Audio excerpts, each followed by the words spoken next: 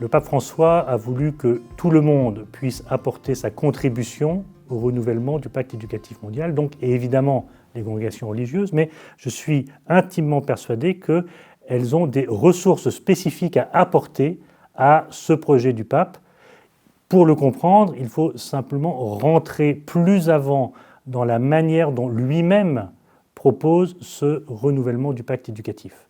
Et on peut partir d'une phrase du texte par lequel il adresse son appel. Il est plus que jamais nécessaire d'unir nos efforts dans une vaste alliance éducative pour former des personnes mûres, capables de surmonter les morcèlements et les oppositions et recoudre le tissu des relations en vue d'une humanité plus fraternelle. Et donc dans cette proposition, il y a à la fois un diagnostic sur la situation actuelle, qui peut concerner spécifiquement les congrégations religieuses, et puis il y a un projet qui est qualifié d'humaniste, où là aussi, par leur histoire, leur tradition et leur présent, les congrégations religieuses peuvent apporter quelque chose de tout à fait fondamental.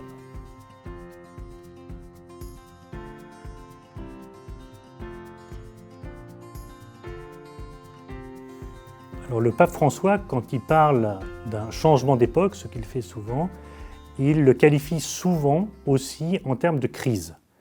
Alors, ces crises, dans son appel à renouveler le pacte éducatif mondial, elles se résument à notre capacité et même parfois notre amour à penser les choses de manière séparée et à partir d'une série de clivages qui, à force, nous semblent nécessaires.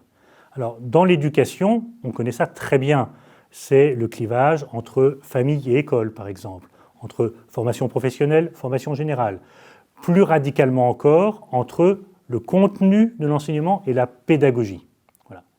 Mais ce que désigne le pape François, c'est plus profondément une crise qui est à la fois une crise anthropologique, quand l'homme se pense de manière clivée par rapport à la nature, et ça donne ce qu'on appelle la crise écologique actuellement, et quand l'homme se pense lui-même clivé entre hommes et femmes, en opposition entre humanité et animalité, entre opposition entre humanité et machine, alors qu'on voit bien que dans les temps qui sont les nôtres, dans notre époque qui est en train de changer, cela ne va plus de soi et que cette crise anthropologique, elle aboutit à une difficulté à définir l'humain.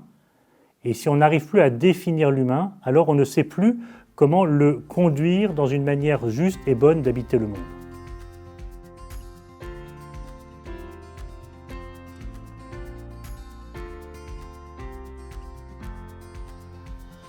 Alors, l'éducation est un lieu important pour déterminer de quel type de ressources on a besoin pour le projet humaniste dont parle le pape François par rapport à la crise dont il pose le diagnostic. Parce que l'éducation elle-même est en crise et elle est sans doute le résultat de la crise anthropologique, de la crise écologique, de la crise de la transmission telle qu'on la connaît actuellement. Mais elle n'est pas que cela. L'éducation, c'est aussi un moyen de sortir de la crise parce que l'éducation ne se contente pas d'absorber les autres crises, elle développe elle-même des ressources spécifiques pour les surmonter parce que l'éducation, elle construit de l'humanité, elle conduit l'humanité vers une finalité et elle crée de la culture.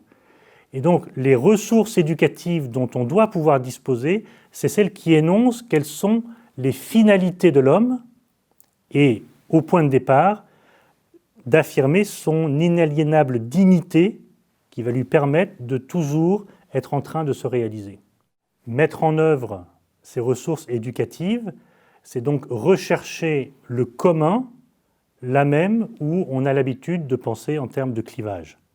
Et c'est comme ça que les crises peuvent être surmontées. C'est dans ce cadre qu'il faut penser les contributions spécifiques qui peuvent être apportées par les éducateurs d'une part et par les congrégations enseignantes d'autre part.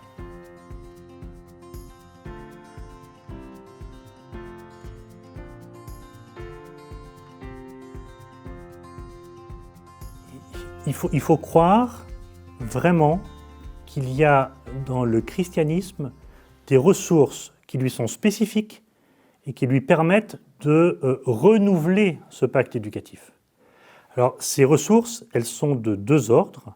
sont d'une part des capacités d'analyse et d'autre part des capacités de proposition. Alors, les capacités d'analyse, elles sont vraiment propres à l'Évangile. C'est une question sans cesse adressée à toutes les pratiques. Voilà. Qu'est-ce que ce que tu fais dit de l'homme? Ou encore, qu'es-tu en train de faire de l'humain?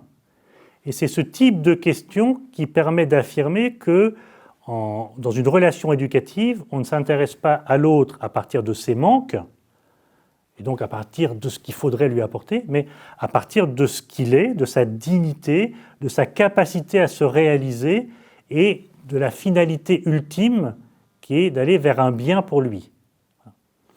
Ça, c'est la première catégorie, donc c'est la capacité d'analyse et qui va même jusqu'à l'engagement et l'interpellation. Voilà. Et ça, je crois vraiment que des congrégations religieuses, dans leur histoire, elles portent en elles cette capacité d'analyse-là parce qu'elles sont toutes nées d'une analyse d'une situation à un moment donné et d'une réaction en disant « on ne peut pas laisser faire ça » d'un point de vue négatif, ou au contraire, il faut faire cela d'un point de vue positif, au nom de ceux à qui on s'adresse. Et c'est ça dont les congrégations religieuses peuvent rendre compte encore aujourd'hui. Voilà. Quelle analyse elles portent sur la situation et comment ça les amène à se mobiliser. Mobiliser leurs ressources, leurs moyens, leur énergie. Une deuxième ressource, c'est cette capacité de proposition. Pour ces propositions, on peut repartir de l'analyse que fait le pape François dans son encyclique sur l'urgence écologique, Laudato Si, au numéro 215. Il dit que l'éducation, c'est ce qui permet de tenir à distance les logiques économiques, les logiques technologiques et les logiques technocratiques. Pourquoi ? Parce que les logiques éducatives, elles créent en premier lieu du lien et elles créent un environnement que l'homme peut facilement habiter, ce qui n'est pas le cas de l'économie, de la technique ou de la technocratie. Et donc, ces propositions-là, ce sont des propositions pour créer des conditions de croissance de l'humain. Alors, ça peut être, par exemple, à travers une lecture de la Bible, de se demander quelle est la pédagogie divine qui, dans la Bible, crée les conditions de croissance à la fois des personnes et d'un peuple. Ça peut être tous les engagements sociaux de l'Église en faveur des malades, en faveur des plus pauvres, en faveur des plus faibles. Et donc, ça appartient aussi à l'histoire et à l'ADN des congrégations religieuses de s'inscrire dans cette tradition de proposition dans le domaine social et plus spécifiquement pour les congrégations enseignantes dans le domaine de l'éducation, de l'enseignement, au sens le plus large possible. Et donc, il faut postuler que chaque congrégation enseignante possède en elle-même ses ressources et aussi qu'elle est la seule capable de les désigner, de les mettre en œuvre dans un esprit qui lui appartient en propre.